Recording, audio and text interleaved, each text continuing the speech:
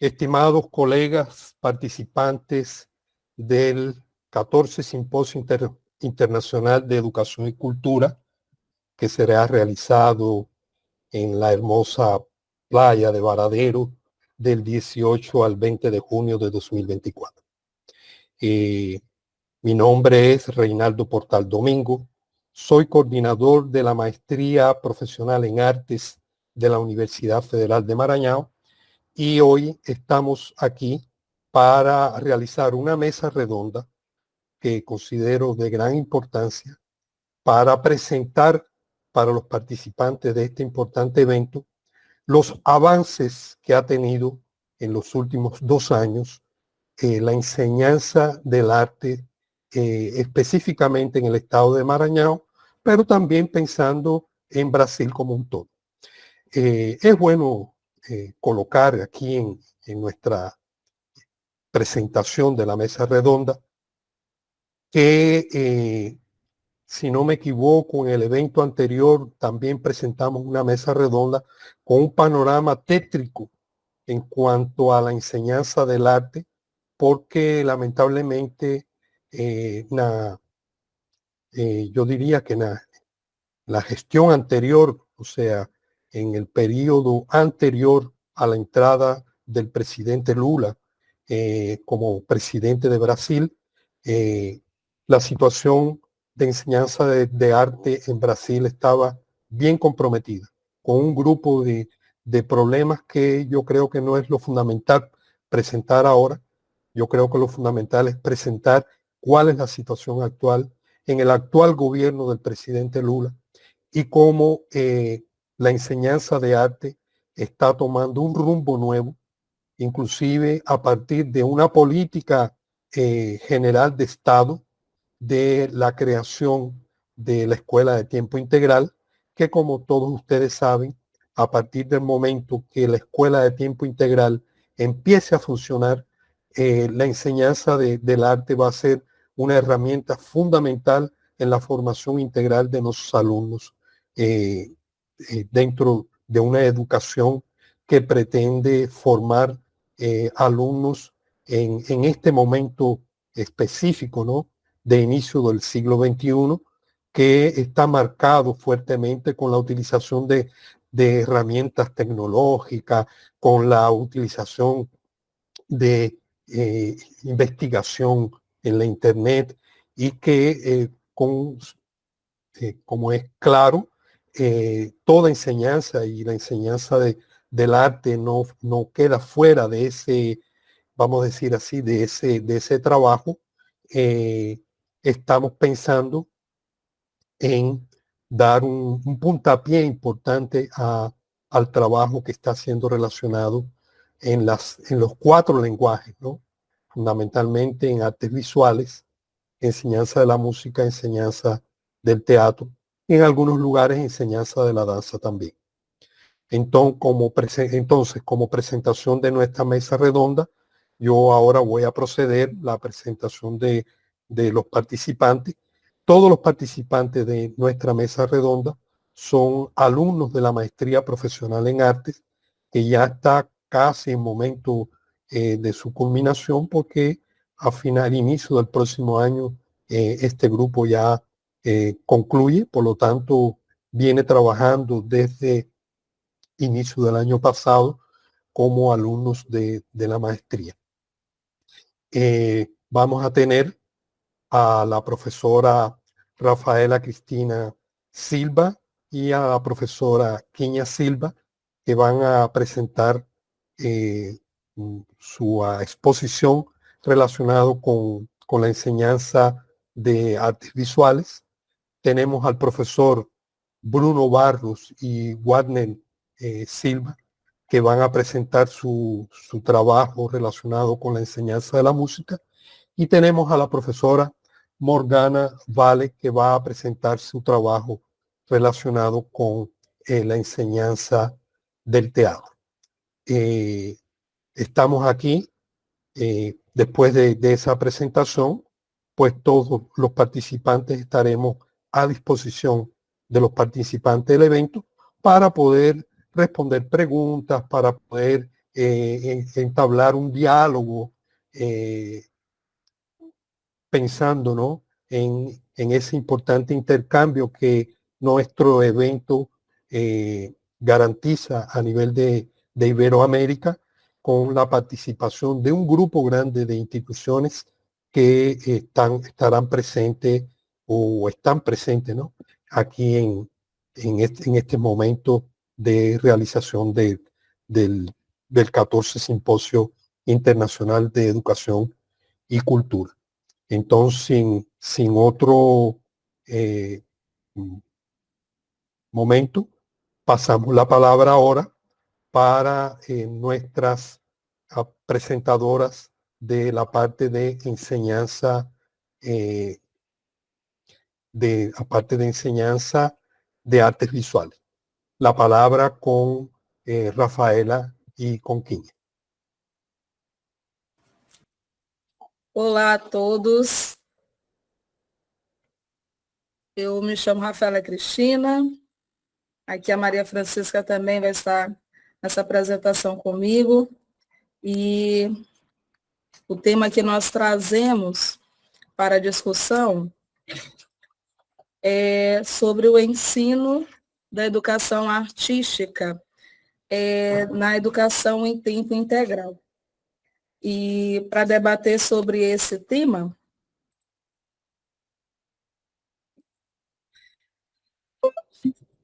nós trazemos alguns apontamentos, né, que correspondem a todo esse processo de mudança no ensino de arte relacionado com essa nova organização que a educação brasileira vem apresentando.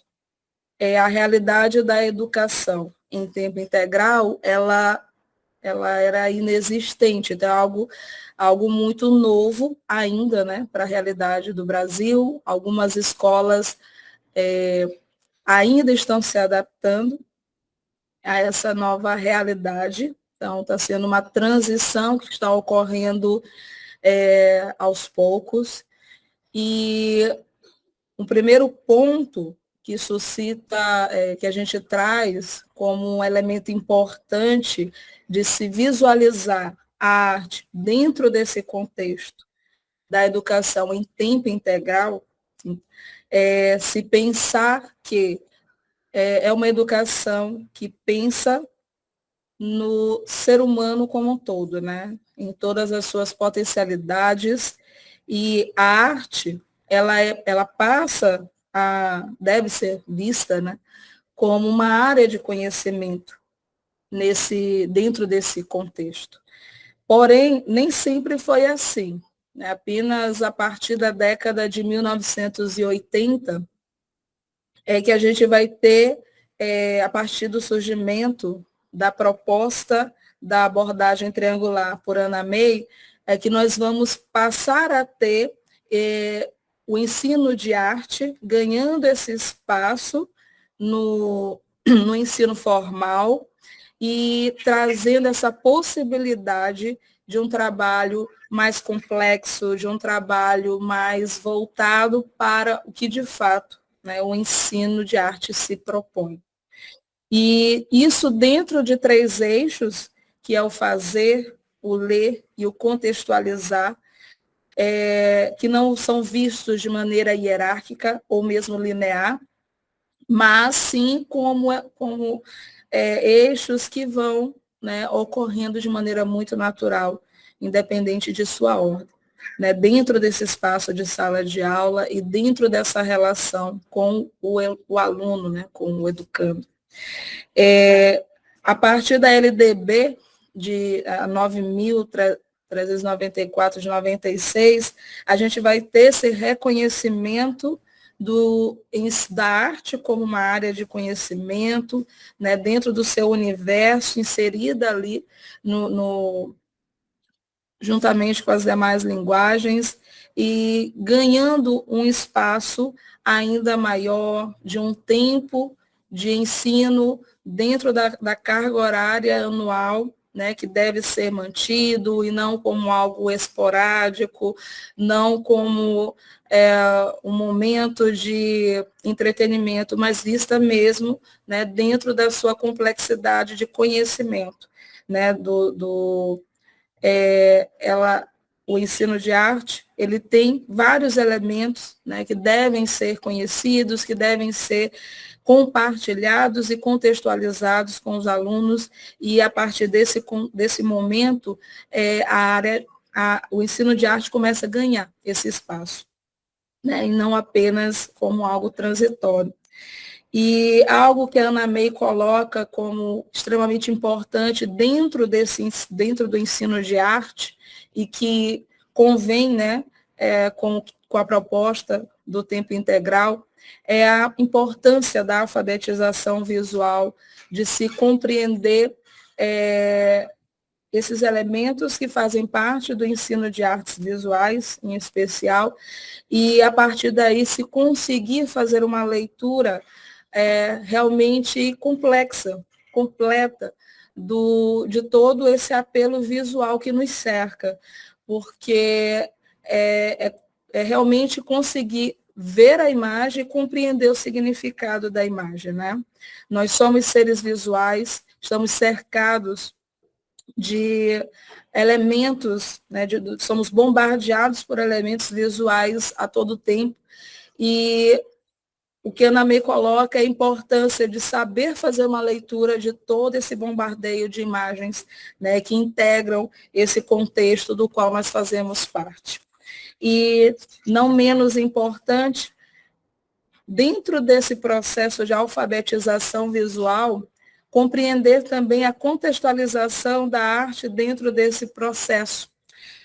Barbosa, ela coloca como erro muito grave sobre se tentar restringir, né, esse fazer artístico, porque dentro desse processo, dentro dessa tríade da abordagem triangular, a contextualização daquilo que se propõe fazer, daquela imagem que se propõe fazer a leitura. Então, compreender o contexto em que ela está inserida é algo primordial e que vai contribuir para o fazer artístico desse aluno em sala de aula. Então, eliminar essas etapas, eliminar esses processos, de uma certa forma, restringe o potencial criativo, né, dos nossos jovens que estão em sala de aula.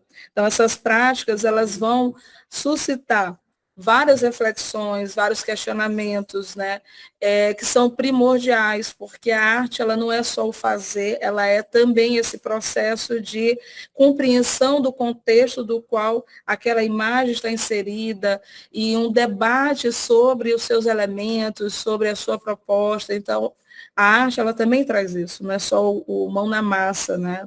É importante também esse diálogo sobre o modo como aquela arte foi produzida, o que levou aquele contexto, todo o processo ao qual ela está, né, faz parte da criação daquela produção artística. E dentro desse contexto, também algo que a Ana May coloca como primordial, né, é a questão da interculturalidade. Não seria mais apenas ver algo como plural, ou como não é mais a pluralidade ou a multiculturalidade, né? Mas, na verdade, a interculturalidade, porque são diferentes códigos culturais que vão se transitando, né, entre si. Então, não é vê-los de maneira isolada, mas realmente como um caminho que se percorre em conjunto.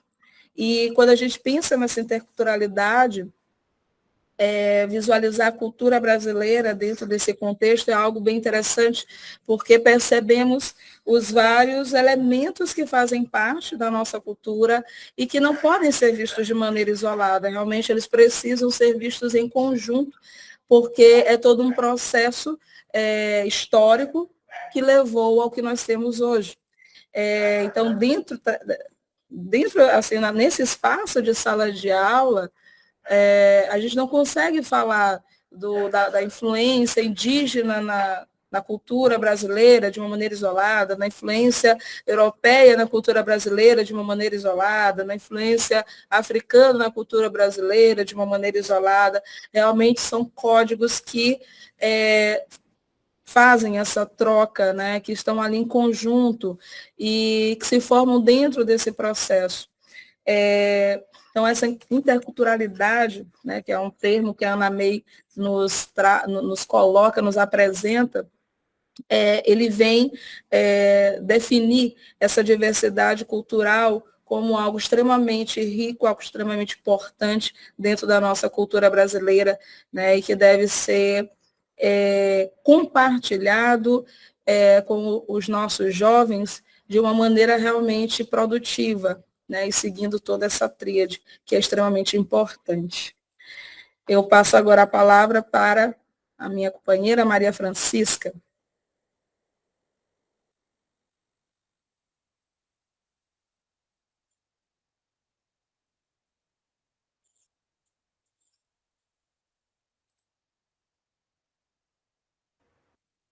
Tinha, seu microfone está fechado.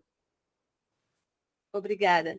É verdade, Rafaela. Tanto levando em consideração esse status que a arte ganhou, né, por conta dessa nova visibilidade que ela tem, a gente pode perceber o papel da arte e educação nesse contexto escolar. Ele é essencial, né? E aí eu posso complementar o que a Ana May falou, que Duarte Júnior traz para a gente sobre a arte e educação, sobre a educação artística na escola. Ele diz que esse momento da aula de arte não é um momento de formar artistas, de formar um ator, né, de formar um artista visual. Né? Não é um momento apenas de ensinar uma técnica, é um momento, sim, né, de despertar, de desenvolver a sensibilidade nesse educando, né, tanto nas questões relacionadas à interculturalidade, tanto relacionada ao que está ao seu redor no mundo. Então, isso faz uma diferença imensa. No entanto, a gente vê que isso ainda não é percebido por toda a categoria, né? Muita gente vê ainda a arte, as aulas de arte, como um momento de preparar apresentações, de fazer a ornamentação da escola, né? Mas, graças a Deus, né, esse status mudou, né, na questão do currículo. E hoje a gente já tem nas escolas as aulas de arte e nas escolas de tempo integral.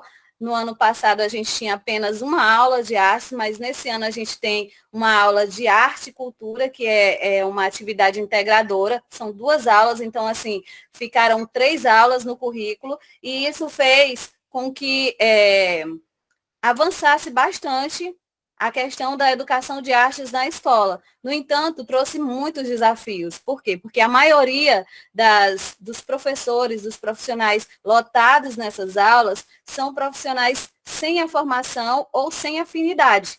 São professores que estão lá para complementar a sua carga horária. E isso faz com que os alunos, muitas vezes, tenham aulas teóricas, de temas soltos, e que não fazem com que eles desenvolvam o protagonismo que a gente acabou de falar anteriormente.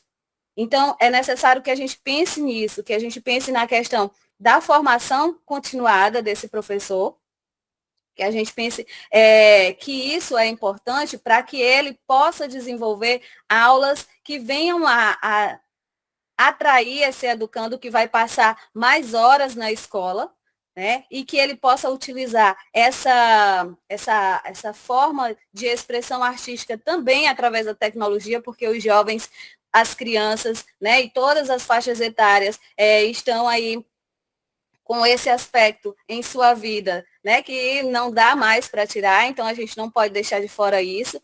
E é importante também perceber a questão que esse professor de artes ainda é muito polivalente.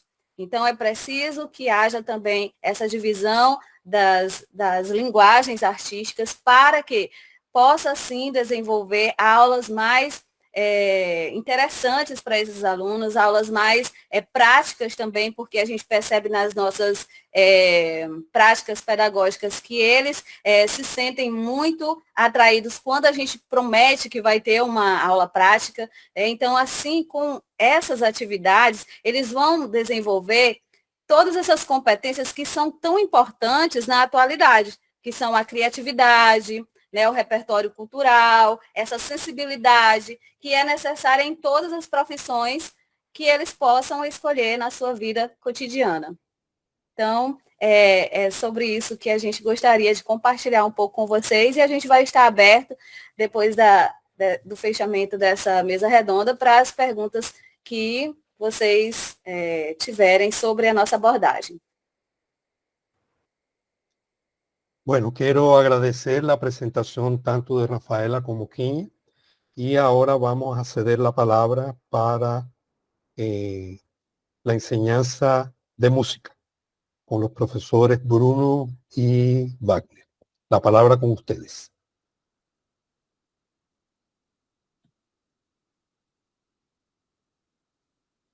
Olá a todos, eu me chamo Bruno Barros e eu e o professor Fagner vamos falar sobre o ensino de música no tempo integral, na escola de tempo integral. Passar. Vai ela poder passar.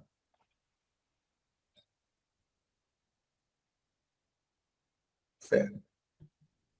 Falando dos aspectos legais do que da escola de tempo integral no Brasil, a gente tem o PNE, que é o Plano Nacional de Educação, que quer oferecer 50% das escolas públicas do país em tempo integral, tentando atingir uma meta de ao menos 25% das matrículas da educação básica em tempo integral. Para a gente fazer um aspecto histórico, dentro do Plano Nacional de Educação, é favorável que se fale o governo Lula, em 2007, que integra o Mais Educação, um programa que trazia já o início do que seria a educação em tempo integral no nosso país. Alguns governos municipais, eles fazem uma diferenciação entre a escola de tempo integral e o que eles chamam de ensino em tempo integral, que é o que fazia o programa Mais Educação. Tirava os alunos, ou melhor, trazia os alunos para a escola ou para um outro espaço, quando a própria escola ainda não oferece esse aspecto físico, para tentar aumentar um pouco esse tempo do aluno dentro da escola. Padre. Pensando nessa perspectiva geral que o Bruno inicialmente está abordando, é importante a gente, dentro desse panorama, né, antes da gente falar especificamente do aspecto da música, trazer algumas questões, né, que existem hoje, depois de algumas políticas que foram trazidas, inclusive uma lei que é bem recente, que é a 14.640, que é de julho de 2023, né, que institui a ampliação dessa proposta de ensino à educação, e a BNCC também traz questões de ampliação também da compreensão dessa ideia da maneira de se ensinar, né, de como se ensinar e abordagem de trabalho do professor dentro da sala de aula. Então, tem uma leve diferença entre a educação integral que a BNCC propõe, né, que trabalha dimensões específicas, né, e competências que vão trazer um desenvolvimento humano para o aluno, e a ideia de educação de tempo integral, né, que é justamente essa proposta de ampliação da ideia do ensino para trazer no ambiente escolar um ambiente mais amplo no sentido dessa educação e um tempo em que o aluno possa se desenvolver em mais habilidades dentro da escola, né? Então, tem essa diferença, né? Mas eu acho que tem uma questão, né, dentro desse debate que é importante a gente ressaltar, que é sobre essa questão de existir uma lei, mas, lógico, que a gente também tem dispositivos como o próprio PNE, né, e as políticas de financiamento da educação que vão trazer, né, recursos para promover essa ampliação, que é justamente a questão que eu acho importante se levantar em relação a essa estrutura, né? Que estrutura se tem disponível para se desenvolver essa educação, né?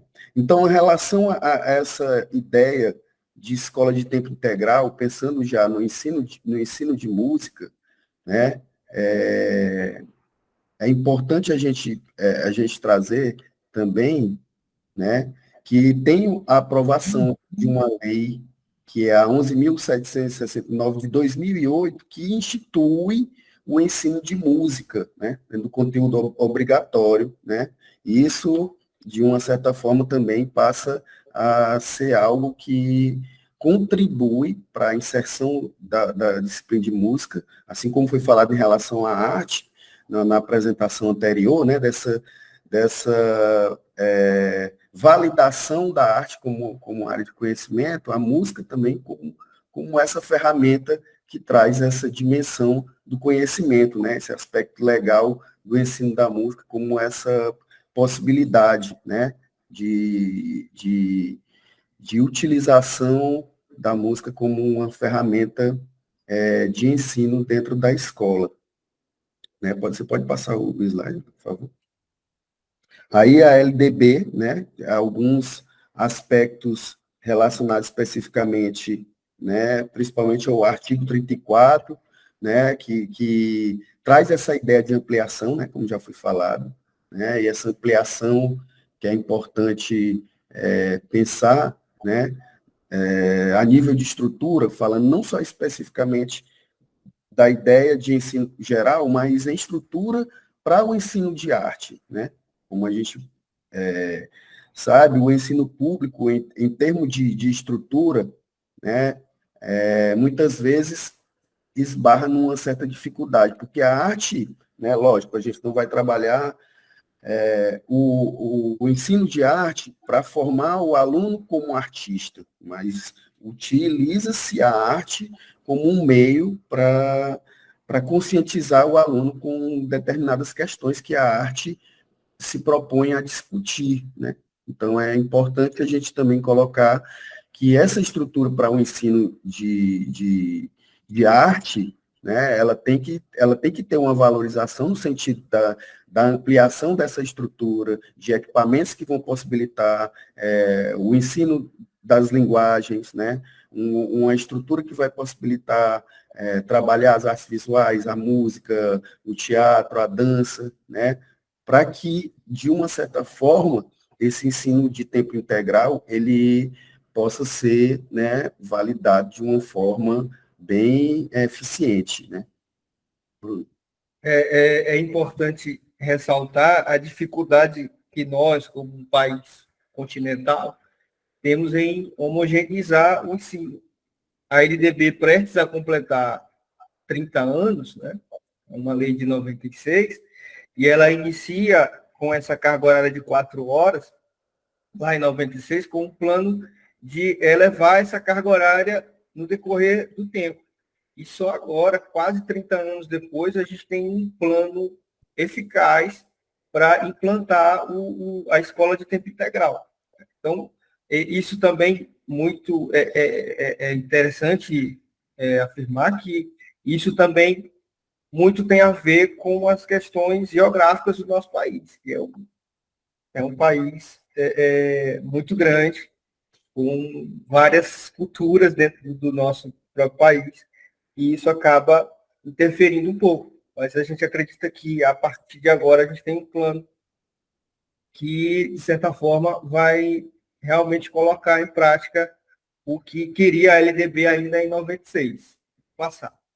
E aí a gente tem uma outra lei que aborda o ensino de tempo integral, que é o ECA, que é o Estatuto da Criança e do Adolescente, que aborda, lá no artigo 53, que estabelece que o acesso à escola pública e gratuita seja próxima de sua residência e com uma carga horária que seja interessante para aquele aluno.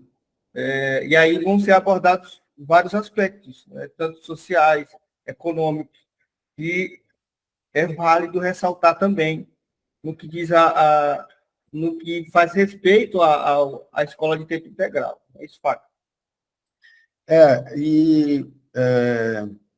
Pensando ainda nessa ideia da proposta de ampliação desse ensino, né, trazendo um pouco a fala anterior do Bruno, que falou sobre o Mais Educação, né, inclusive eu trabalhei em uma escola em que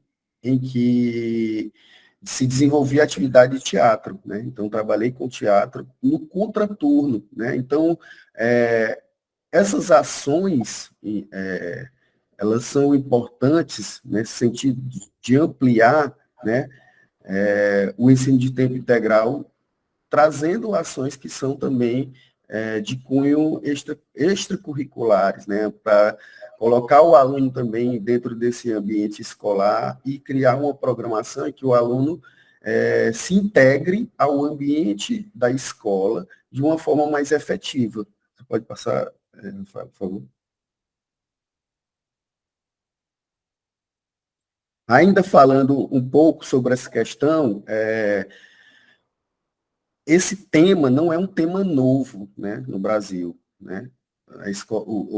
Os teóricos da Escola Nova, Anísio Teixeira, por exemplo, né, já havia desenvolvido esse pensamento de trazer a educação em tempo integral, né, com a Escola Parque, o Darcy Ribeiro com os CIEPs, né, que são modelos de educação que já foram pensados muito antes, né, dessa perspectiva que a gente está trabalhando atualmente e que, de uma certa forma, também contribuíram para esse desenvolvimento de um olhar para a educação de tempo integral.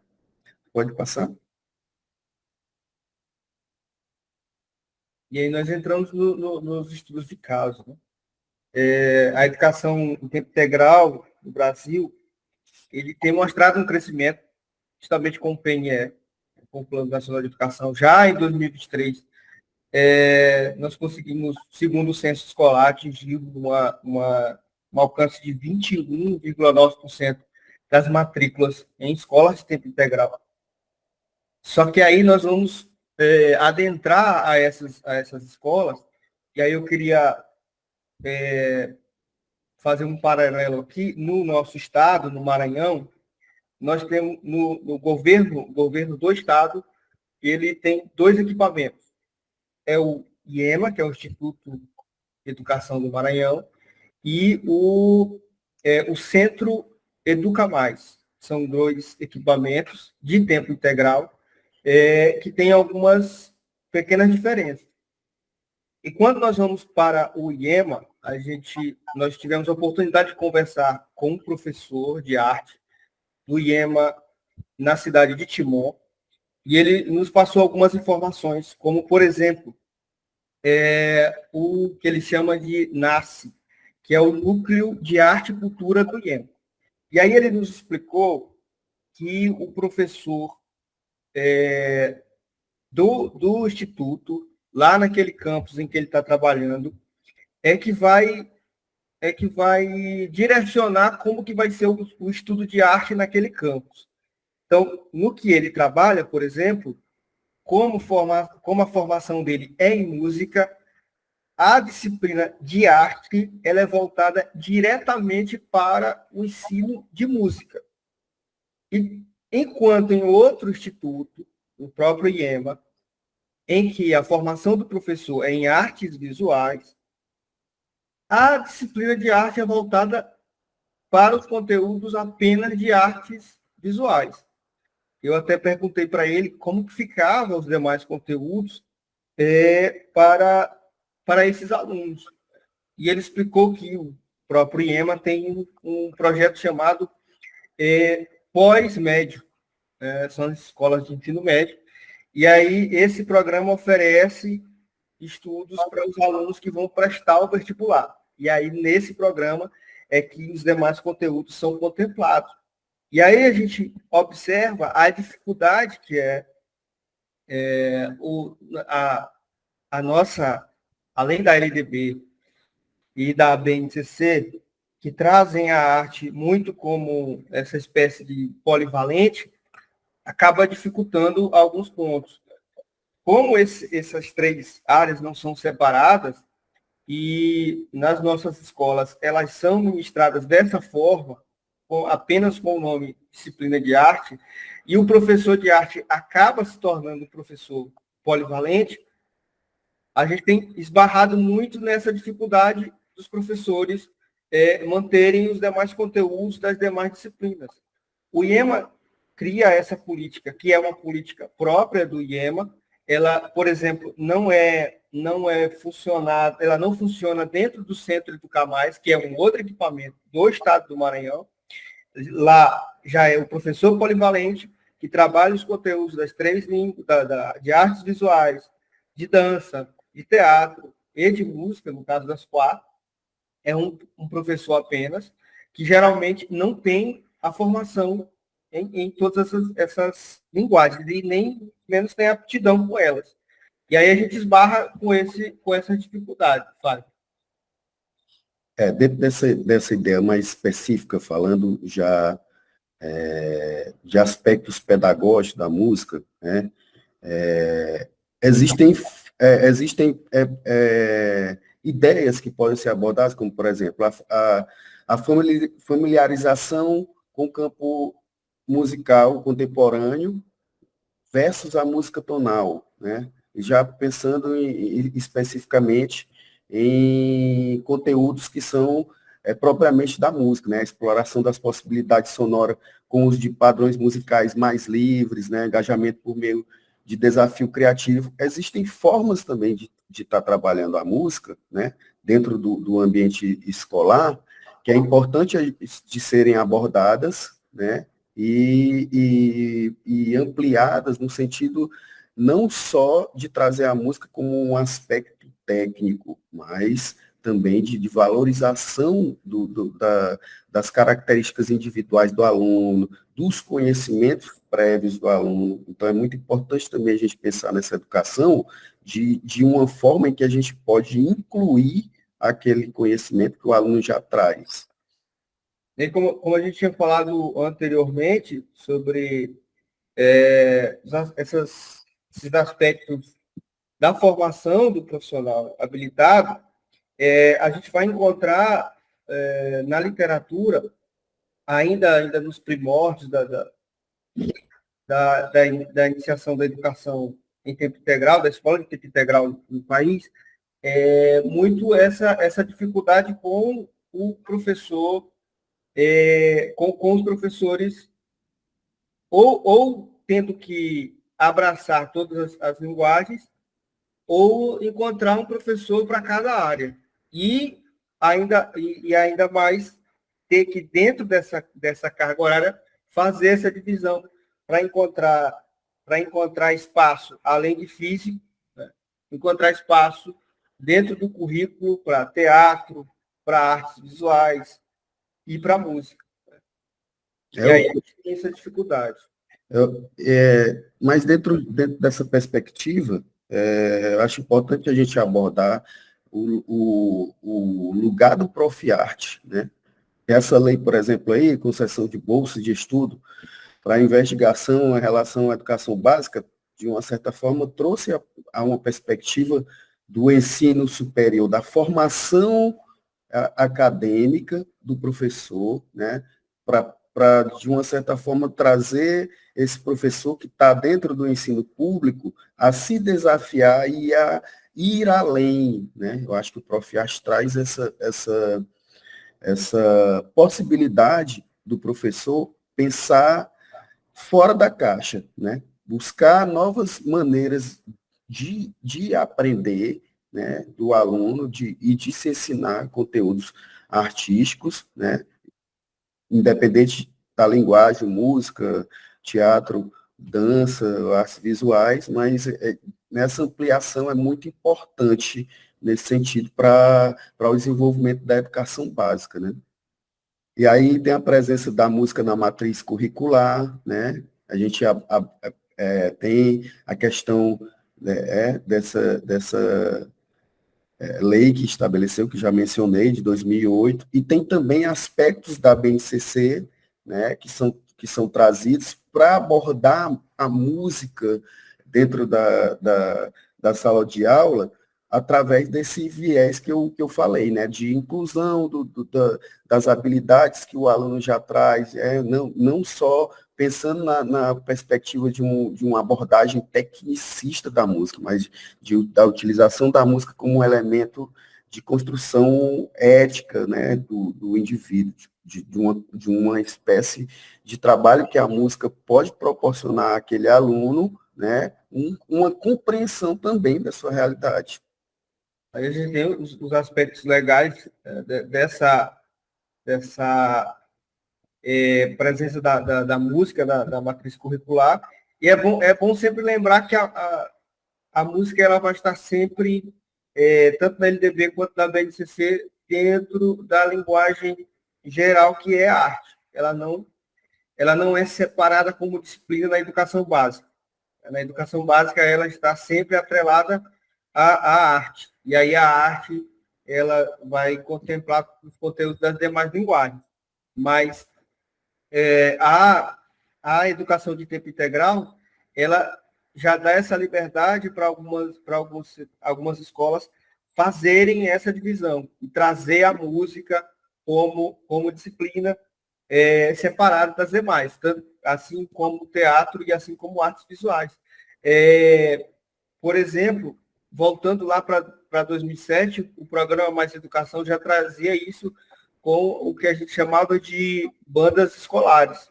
Uhum. E aí, hoje, dentro da educação de tempo integral, das escolas de tempo integral, a gente tem um caminho em que está se construindo essas bandas que estavam há muito tempo paradas no nosso país, e hoje elas estão em processo de reconstrução dentro dessas escolas de tempo integral. O maior apoio, professores habilitados, o próprio Fagner acabou de citar, o Profart, que nos dá nos traz essa melhoria da nossa praxis, nos dando essa maior visão para o ensino de música e, claro, como é o nosso caso, o ensino de arte, já que a gente trabalha as demais linguagens. Pensando nessa perspectiva aí que o Bruno traz, das bandas de música, eu posso falar um pouco da experiência que eu estou vivendo dentro da escola, né, que eu leciono, porque eu trabalho atualmente com uma atividade que é uma atividade extracurricular, mas que é uma atividade educativa com banda, né, uma banda que trabalha especificamente, lógico, para uma finalidade, que é o desfile cívico, mas que, de uma certa forma, a gente já tem um canal de abertura onde a gente pode desenvolver ações fora desse horário curricular, desse período normal de ensino da escola, que dá para a gente essa possibilidade de colocar em prática tudo aquilo que a gente vem discutindo ao longo desse tempo dentro do Profiarte em relação ao ensino de arte dentro da escola, né? Então, isso, de uma certa forma, acaba, né, consolidando, lógico, que não é, de fato, a ampliação formalizada desse ensino de tempo integral, mas, de uma certa forma, já traz a perspectiva desse ensino para outros momentos dentro da escola que possibilita, né, essa ampliação dessa carga horária. Pode passar, por favor. Então, essas ações, né, como eu citei, né, de complemento de carga horária, que são muito importantes, né, e a experiência que isso traz para a gente, não só em relação ao ensino, mas ao laço de afetividade que se cria entre professor e aluno. Eu acho que isso também é muito importante, né? Como é que a gente, dentro desse ambiente escolar, a gente amplia também esse laço de proximidade com o educando, né? Para que a gente possa também compreender melhor como é que a gente pode trabalhar com aquele educando, como é que a gente pode interferir no processo educativo dele, conhecendo mais a sua realidade, né? Então, o ensino de tempo integral, ele também é uma possibilidade de ampliação desse olhar do professor para o aluno dentro da escola. Então, são as referências. A gente encerra a nossa fala por aqui. Gostaria de agradecer por suportar todos. Muchas gracias, Bruno y Wagner, por la presentación sobre la enseñanza de la música. Y pasamos ahora la palabra para la profesora Morgana. Morgana. Tudo bem, gente? Vamos dar continuidade às nossas discussões com relação ao ensino da arte. Eu estarei dialogando com vocês com relação à linguagem do teatro, né, dentro desse foco da educação básica, e quais são as principais possibilidades que temos, quais são os principais desafios que nós teremos, tá? Rafa, pode dar seguimento aí à apresentação. Então, como já foi falado, né, temos algumas discussões acerca dessa linguagem que ela é tão importante, tão essencial dentro da educação básica, né, que é esse primeiro contato com esse universo, na qual os alunos, eles costumam estar desenvolvendo, e temos muitos autores, visão de muitos autores, que falam da questão da linguagem da arte, dentro desse aspecto que permeia aí as artes visuais, a música, o teatro, a dança, enfim. Pode passar, Rafa. Então, aqui a gente tem como a principal, né, a visão da linguagem do teatro na educação. Então, a gente sabe que é uma linguagem que ela permeia essa questão da contribuição intelectual, né, emocional e social. É dentro desse contexto que a gente vai ver os benefícios, né, dessa autoexpressão, dessa criatividade e essas habilidades sociais que os alunos vão desenvolvendo e aprendendo ao longo dessa prática, desse exercício. Esse contexto ele está como eixo principal, né, dessa possibilidade no que tange a BNCC, no que ela traz como entendimento a questão da importância do teatro, dessa linguagem, dentro desse processo criativo, transformador, assim como permeia também outros autores que vão dialogando com essa experiência, que vai tendo essa visão do aluno como um todo. Tá? Pode passar, Rafa. Como eu já havia citado, né, toda essa prática ela vai permear esse desenvolvimento pessoal e social do aluno. Ele vai desenvolver essas habilidades comunicativas, ele vai ajudar que o aluno possa articular esses pensamentos, né, esses sentimentos, ele vai trabalhar essa questão da experiência emocional, e isso é muito visto também na visão de Paulo Freire, quando ele diz que esse processo, ele traz uma constância, né, ele é constante dentro desse processo de criação, né. O ser humano, ele passa por esse processo, nesse sentido que esse pessoal, que é o que ele carrega dentro de si, ele possa permear juntamente com os outros, né? É o ato coletivo, é o comunicar, são as emoções, as intenções, né? Essas expressões que estão ali dentro desse desenvolvimento, que ele vai permeando todo esse percurso. Pode passar, Rafa. Aqui nós temos, dentro desse contexto, algumas habilidades também que são importantes a ser destacada, tá? Que é o que a gente vê no exercício contínuo do aluno, do estudante, né? Dentro desse processo. A linguagem do teatro, ela vai muito mais além do que a expressão em si. Ela vai muito mais além do que a própria emoção. Ela ajuda no desenvolvimento acadêmico desse aluno na escola, né, principalmente no que tange a leitura, a escrita. Isso ele vai melhorando esses aspectos. Então, a visão do teatro dentro da escola, ele não pode ser visto apenas como algo meramente de apresentação, de produto final. Tem todo um processo que vai permeando, né, essa expressão comunicativa do aluno. Então, isso vai desde a leitura, a compreensão textual, vai desde a escrita, que vai ajudar a compreensão de todas as outras disciplinas. Isso traz como uma possibilidade o conhecimento da cultura desse aluno, né? Não só da questão histórica, mas também da comunidade. Então, isso tudo vai trazendo como um fator de experiência dentro desse contexto. Pode passar. Temos outro aspecto importantíssimo que a linguagem do teatro trabalha, assim como as outras linguagens também, né? A questão da inclusão e da diversidade. É outro ponto muito importante que é trabalhado dentro desse contexto da linguagem do teatro na escola, né? Como processo educacional. Esse respeito às culturas, essas identidades, a forma de explorar e celebrar essa diversidade cultural. Tá?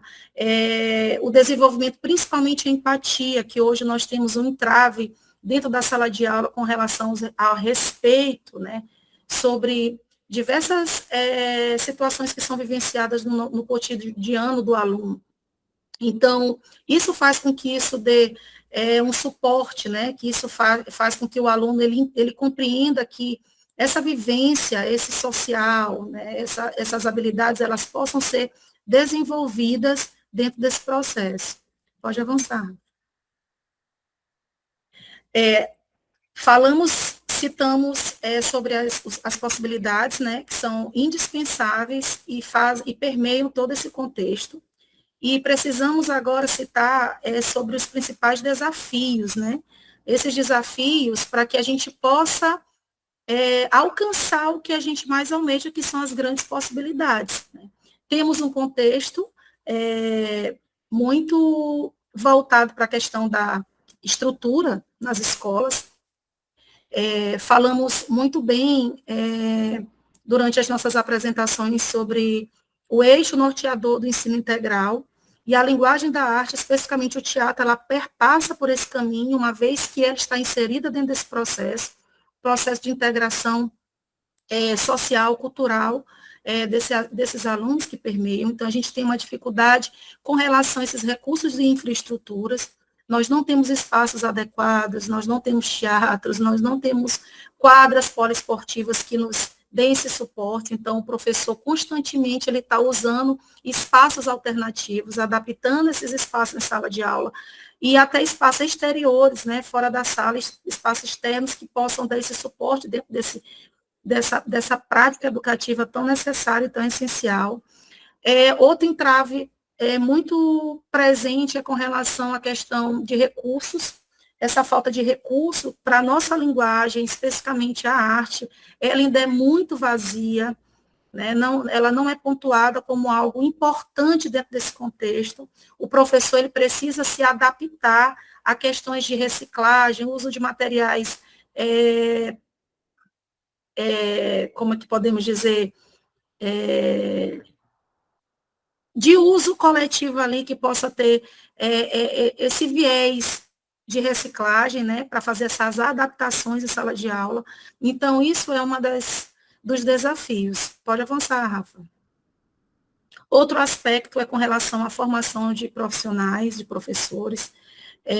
Temos uma dificuldade muito grande com relação à formação de profissionais específicos das artes cênicas, né, ou da pedagogia teatral, aquele profissional que tenha habilidade específica para desenvolver a arte, assim como qualquer outra linguagem, seja a música, seja o teatro, seja a dança, as artes visuais, ela não pode ser vista apenas como algo de entretenimento, ela existe uma prática específica para isso, precisamos enfatizar e discutir isso constantemente, é uma disciplina extremamente necessária, tá? Tem as suas particularidades, então, um entrave que eu vejo é um desafio, porque geralmente os municípios, eles contam com uma mão de obra que não é qualificada para estar inserido dentro desse quesito, e aí acaba que fazendo com que a linguagem ela perca a sua essência em si, né?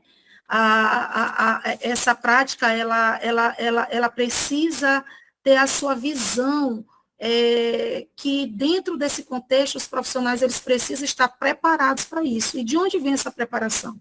Profissionais especializados e, de contrapartida, termos o suporte, né, dos municípios, secretarias, que possam oferecer essas formações, que muitas das vezes não é voltada para o nosso público, infelizmente, tá? É voltada sempre para a educação de uma forma geral, e é um foco que a gente precisa sempre estar atento para que a gente possa ter em nossas mãos recursos necessários que possamos desenvolver esse processo do aluno. Pode passar. Dentro desse contexto, nós temos a valorização do currículo, né? Temos ainda muita dificuldade com relação à valorização do currículo, principalmente no que tange o teatro, devido à integração com outras disciplinas, né, outras matérias.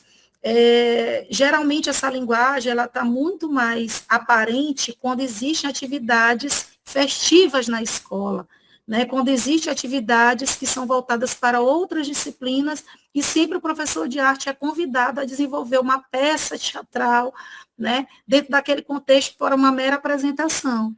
E é esse o foco, não é apresentar por apresentar, é o processo na qual esse aluno passou pelo seu entendimento dentro desse currículo. E como isso vai trazer uma reflexão para a turma, para a escola, para a comunidade escolar.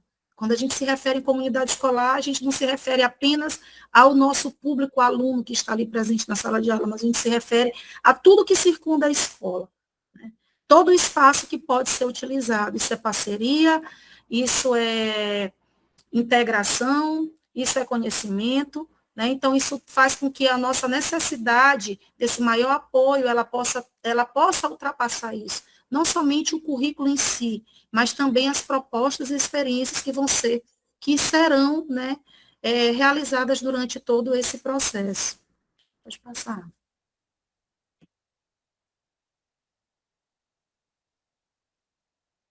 Temos também a questão desse compromisso, né, da comunidade. A comunidade, principalmente, é o foco principal desse trabalho, dessa intervenção dessa linguagem do teatro dentro da escola.